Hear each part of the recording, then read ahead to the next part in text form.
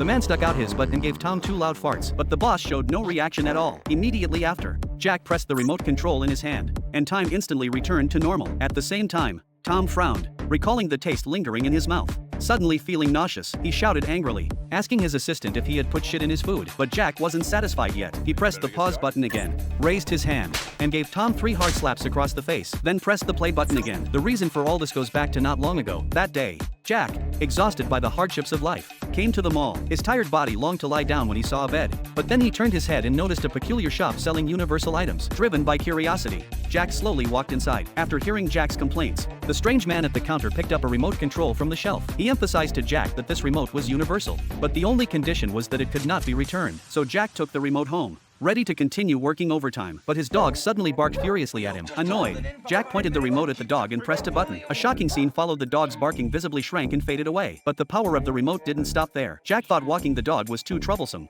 so he fast-forwarded directly to after the dog had finished its business. Then, annoyed by his wife's nagging, he muted her voice completely. Soon after, when his parents came over for dinner, Jack simply fast-forwarded to the end. Not only that, in order to work late into the night, Jack even skipped his intimate time with his wife. Now, he could finally focus on his work. After all, Tom had promised him a promotion if he completed the project. So, for work's sake, Jack fast-forwarded through almost all trivial matters, and eventually managed to finish the proposal. But the client wasn't satisfied. Seeing this, Jack instantly switched the client's Japanese into English, turned up the volume, and finally understood what the client really wanted. When the client came back, Jack tore up the original proposal and revised it according to the client's demands. The client immediately signed off. Satisfied with the project secured, Jack happily used his bonus in advance to buy gifts for his kids and a dream handbag for his wife. But unexpectedly, the very next day Tom went back on his word, saying Jack would only be promoted after the next project. Furious, Jack paused time on the spot to vent his rage. Then he quickly grabbed the remote and fast-forwarded to the day of his promotion. But he froze. That black-hearted Tom had dragged it out for an entire year. And during this time, Jack's relationship with his wife had begun to fall apart. Just as Jack wanted to argue,